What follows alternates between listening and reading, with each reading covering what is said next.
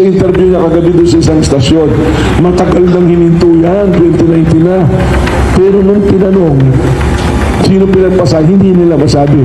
Kasi nungalingan po. Hawak ko po ang dokumento. Ang lease contract was signed 2025. Ang nakapirma, asawa po niya.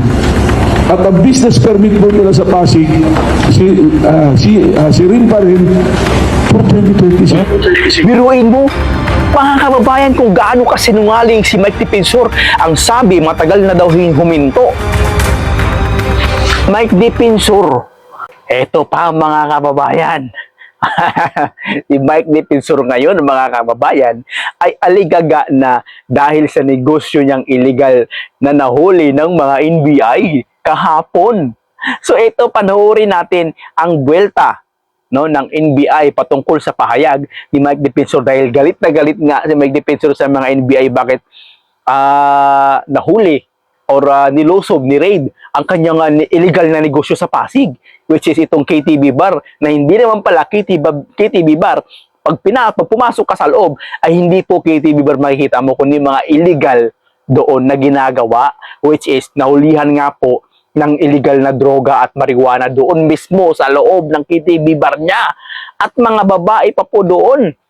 Mga kababayan, panoorin natin ito. Grabe. Mike Defensor, doon sa interview niya kagabi doon sa isang stasyon, matagal nang hininto yan, 2019 na.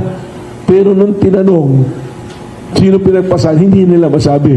Kasi nungalingan po. Hawak ko po ang dokumento. Ang lease contract was signed 2025. Ang nakapirma, asawa po niya. At ang business permit po nila sa Pasig, si Rin pa rin, for 2026. Biruin mo, mga kababayan, kung gaano kasinungaling si Mike Defensor. Ang sabi, matagal na daw huminto. Mike Defensor, parang ginagawa mo kaming bobo. Kung matagal lang huminto yan, edi sana walang operasyon nung ni-raid yan ng NBI. Bakit po ang daming mga customer doon sa loob mismo ng establishment na KTV bar mo? Kung sinasabi mo na matagal nang pinahinto yung KTV bar mo, bakit? Hindi po, tanga at bobo. Hindi kami katulad ng mga bobo nyunyong supporters na mga DDS. Again, hindi kami bobo katulad ng mga oto-oto, bobo ninyong supporters na mga vloggers at mga supporters ninyong mga DDS na tanga. Hindi kami ganun mag-isip, mga kababayan. No, hindi kami tanga. Nagagalit kayo sa administrasyon kasi nasusupil ang mga masamang ginagawa ninyo sa bansa. Di ba ang sinisigaw ninyo ay linisin, hulihin lahat ng mga gumagawa ng masama? Ngayon, kayo pala ang gumagawa ng masama at illegal sa bansa at nagagalit kayo sa administrasyon. Parang hindi naman yata tama yan, mga DDS. Hindi pa ba kayo napapagod suportahan itong mga tauhan ng mga Duterte? Nakakapagod po. Panoorin natin, mga kababayan. Sino po kayo na nagsisinungaling? Daw ay challenge Mike Defensor. Pati po yung asawa niya, huwag nating dalhin sa usapin ng politika at huwag po sabihin na dinala ko ang pamilya mo dahil sa politika. Ikaw ang naglagay sa pamilya mo. Tama! Boom! Ikaw mismo ang nagdala sa sarili mong pamilya. No? Nag-react ka kasi nahuli ang illegal na negosyo ng pamilya mo. Tapos ngayon, sisisihin mo ang gobyerno. Nilagay nila sa alanganin sa politika ang pamilya mo. Anong kinalaman nila? Ginagawa lang nila ang trabaho nila sa gobyerno. No? Tapos sisisihin mo atong NBI. Kalukuhan naman yata. Mukhang may tama na pong utak ng mga taong to. Negosyo niyan. Just to give you a background pati, nung aming tinitrace back ang history, ang pangalan pala nito ay Beneto Luna, yung KTV, at yung Taas Luna Hotel na ang pangalan ng kanilang business noon ay Benito Luna. Pakinggan nyo ha, Benito Luna yan ha, Benito Luna. Nung kami pumasok doon, nakalagay pa nga rin yung mga tropilo na Benito Lune. At may aquarium. So, all the elements of human trafficking was there. Ngayon, ito po ba'y politika? Sila po ang magsabi. Hanggat maaaring kung hindi naman involved, hindi naman po namin isinasabi. May mga binanggit po nga silang pangalan na wala doon sa dokumento, hindi namin isinama muna sa kaso. Bakit po? Dahil ang NBI, mag-iimbestiga muna kami. Hindi muna namin sinama yung Clippoint Development Corporation dahil malinaw doon sa discontract ng Sirin at ng Chicago, sila yung magkakausap. Yun na lamang, nung amin na pong iniimbestigahan, mas malinaw ngayon na may interlocking directors, interlocking owners, interlocking officers. So, sabihin, alam. Saka, kung mapansin nyo yung interview ni kagalang-galang Mike Defensor, alam na alam niya yung mga operation eh. Sabi nga niya, marami pang ibang club dyan, but ito lang yung pinapasok, politika to. Well, nagkataon nandiyan dyan kay, huwag nating ilihis na gawin natin politika at trabaho po ng National Bureau of Investigation. Mga kababayan, pansin nyo, pagka nahuli itong mga DDS, lalo na si Sara Duterte, pansin nyo ba, sinasabi agad nila politika. Ano? Kahit hindi nila kahit wala basta naman ang politika dito. Kasi kung wala kang illegal na ginawa, hindi ka iimbestigahan. Lusot ka. Parang si Sara Duterte lang, mga kababayan. No? Bawat impeachment hearing niya, hindi siya umattend. Tapos sinasabi niya sa mga media, sa statement niya, ay pampupolitika lang. Paano pampupolitika yun?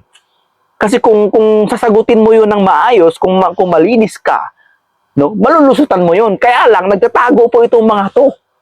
Yan ang problema sa kanila. Nagtatago sila. Magaling lang sila sa mga interview, sa mga media nila. Pero pagka kailangan na nilang humarap at sagutin yung mga akusasyon laban sa kanila, nagtatago na po sila, mga kababayan. Nagtatago na po sila kasi natatakot po. Takot sila sa sariling multo nila, sa sariling ginawa nilang kabulastugan sa bansa. Investigation na hulihin at panagutin ang mga lumalabag sa batas. At sabi niya, puro politika daw ang inaasikaso ng NBI. You check my track record from February 23 until today kung ano yung mga hinuli namin. Meron po kami mga hinuli, violation ng OSAI, ng lab scam, mga foreigners po na nagbabiolate ng immigration law, naghahanap buhay dito ng illegal. Pati nga po pagtitinda ng dog meat ng mga Vietnamese, sinuli namin. Yung mga peke po na anti-rabies, sinuli po namin. Kanila, mga kababayan ko, hindi sila nanonood sa balita. Kaya sinasabi nila, mampupolitika sila lang kasi ang feeling nila, sila yung tinitira ng administrasyon na hinahanapan sila ng butas. Hindi po, araw-araw po maraming nahuhuli ang mga NBI, katulad na nung illegal na paggawaan ng sigarilyo doon sa Bataan. No, mga kababayan, nahuli rin 'yun. At yung pang-aabuso sa mga kabataan doon sa may Malabon, nahuli rin 'yun.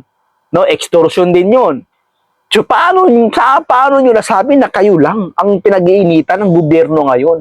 Eh kung wala naman kayo talagang illegal na ginagawa, wala, safe kayo, labas kayo. No, kahit i-raid pa yung business nyo, kung wala naman talaga kayong tinatago, ay labas din kayo dyan. Malulusutan nyo yan. Kaso lang ang problema, ay halos lahat na lang ng mga katauhan, ng mga DDS, ay sangkot sa illegal na pinagbabawal na gamot, mga kababayan. Kaya dahil sila May more than natakot. 50 days po dito, i-check niyo po yung track record. This is yung sinasabi po ni former Congressman Mike Defensor. It's very unfair to the men and women of NBI and the law enforcement.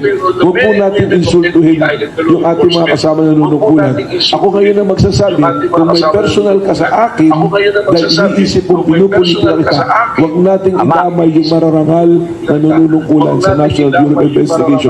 At lahat po kami doon, ginagawa namin marangal.